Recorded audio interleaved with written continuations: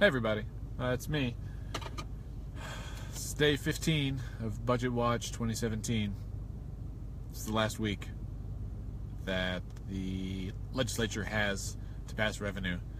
I knew this day would come for a couple of reasons. One, it's really hot outside and it's too windy for me to have my phone attached to my car and you still be able to hear me and not be wind noise. So I'm sitting in my car before I walk into the Capitol to see what happens this afternoon. So what I expect, a couple of things. This morning I woke up and I sent texts and emails and some other messages to about 15 different legislators, and almost all of them responded, so thank you for that. That was appreciated. And my messages basically said, hey, it's crunch time. What do you need? Like, what can we do as let's fix this as regular folks? What can we do to help this process? And I promise you, every single one of them replied with, hey, keep pressure on the leadership, because everything is coming up and it's getting stopped by the leadership.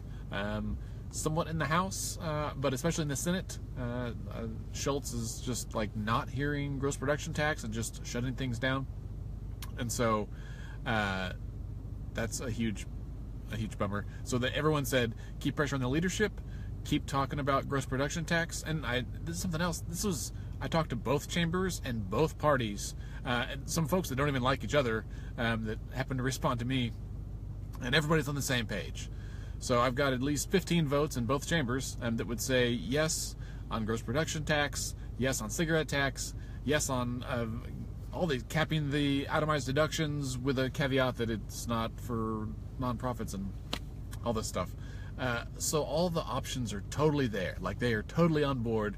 And what we need, what's happening is that there's a groundswell of support. Everyone's on board, except for just a few people.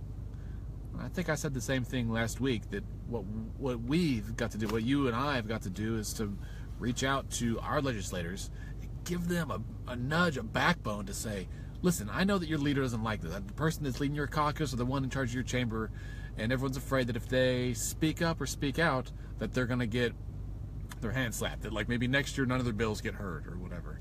And what I need for you to do is to call or write your legislators and tell them that you support them in doing these things. And if they vote for this, if they vote for revenue raising measures, that you will support them, that you will let your neighbors know that they voted for these things, that they responded to you.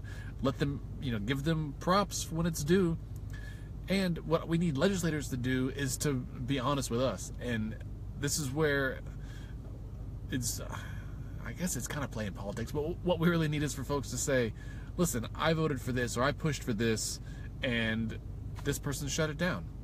Because I'll be honest, if there's 48 members of the Senate that all speak up, or however many there are, we've got a few open seats. Let's say there's 45 members of the Senate that all come to Schultz and say, hey, Senator Schultz, this is what we want. We're all on board. We've talked about amongst ourselves. We want you to vote for this. We need you to put it on the floor. And he says no, then dang it, like, hold a press conference and ostracize that dude. I don't know. Like, you got to do something, okay? Because there are people in this building, there are people in the community who are absolutely terrified about what the budget is going to look like.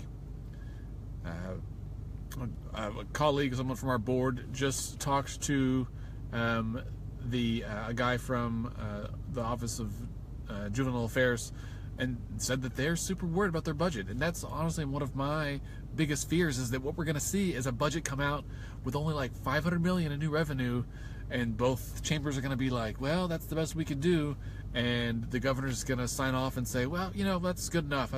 We really tried, give it a good try, and we got close. But everyone's going to get like a 5 or 8% cut, because that 5 or 8% is not by itself. That's on top of a 10 or 15% budget cut last year, and another like 13% the year before that.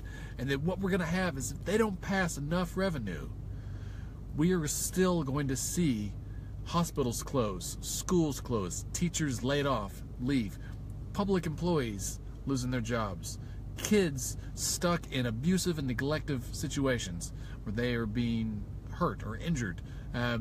elderly folks that can't access medical care, can't access resources when they need it. And if you can stand in good conscience and say you're okay with that, then you're no friend of Oklahoma, okay? That's not how we're made. That's not what Oklahomans are about. That is not the Oklahoma standard. We're willing to stand up and to lend a hand and to go into harm's way when it requires it to save our neighbors, right? And this is what we're about. We're trying to save our state. It's not just me wearing a stupid life vest sitting when it's 90 degrees, 88 degrees outside. This is about you. This is about legislators, and it's about constituents, and that's you. Chances are, if you're watching this, you're at home or you're at work, and you're thinking, you know, I should do something else. Like, I've sent an email, I've done my thing, but I wish there's something more I could do. There is. You can send another email. You can make another phone call. You can say the thing that you're thinking about saying. I mean, be respectful. Let's not go firing off too much. But you could also show up. So tomorrow morning, tomorrow's Tuesday, and I think they've got to pass everything through both committees tomorrow in order for it to even go to the floor vote. Tomorrow the 16th, come show up with us. I'll be here at the Capitol starting at about 9:30 in the morning. Before that, we're going to be at Elemental Coffee downtown, trying to get some legislators to come. If you want to come and meet. All right, sorry about that. I know I said lots of hot air for today, and my phone was in the sun, and it got too hot, and it shut off. So here's where we're at. That you've got to show up. You've got to come up here. So come here tomorrow and join us, and we will sit in the gallery. We'll pull folks off the floor if we can. We'll talk to them, but we need people here. You've got to be here. You've got to have those conversations. You've got to be willing to stand up and to be visible, right? A lot of these legislators drive, you know, a couple of 100 miles to get here each week, and their folks at home may not know about them. So if you live outside Oklahoma City and you can't drive in, you've got to call. You've got to and keep calling. You want to set an alarm to call every hour, man, so be it. But like, make sure that you are getting your voice heard and that you're getting out there. So what's probably going to happen is that they'll pass some piddly amount of revenue this week. They'll probably call it good, or the House will say, well, we did all we could. The Senate won't hear anything. They'll try to recess, and then the governor can call a special session. She might do it next week. She might wait until the week after. She can call a concurrent special session, which means they would have more time, like next week, to pass some revenue measures. That actually would save money because they're going to be here anyway.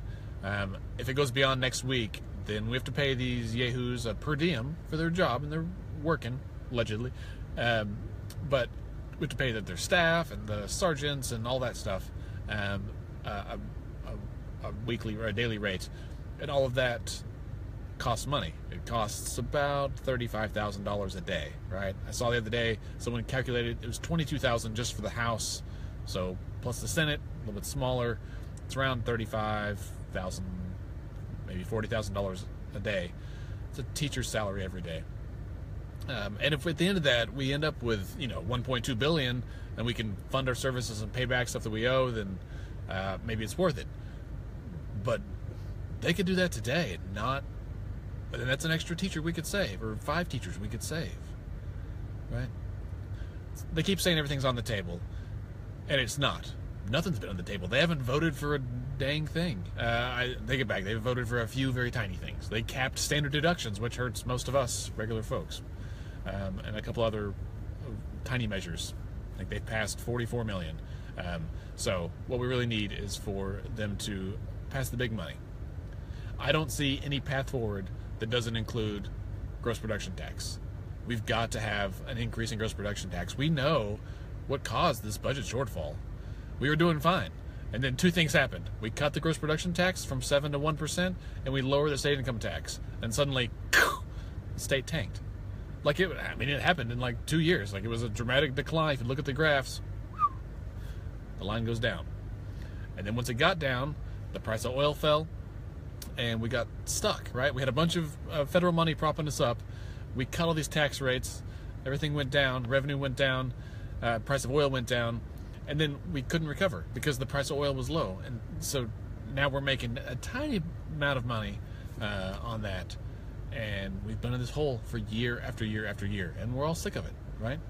So, all right, I'm gonna go inside. The house is in session now, and they just started, and I hope that some of you are in there, maybe, or you're gonna come join us. I'll be here probably until 4 or 5 o'clock today.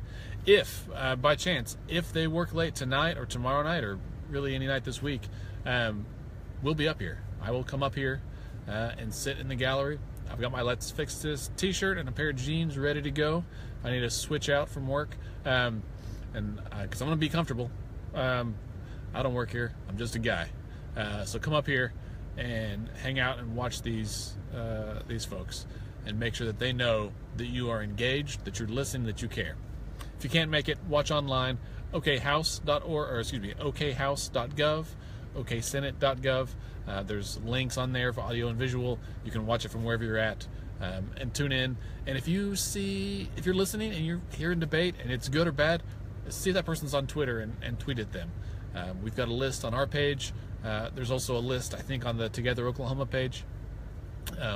Just put it out there. Tweet at me. We're Let's Fix This OK on Twitter. And if I don't have the name, I may try to, I'll see what I can find out for you. Not everyone's on Twitter. Not everyone engages. Not everyone even uses it. But chances are most of the folks that will speak up on the floor are probably paying attention. So thanks for tuning in. Hope you guys have a good afternoon. We'll talk to you probably tomorrow around lunchtime. Thanks. Bye.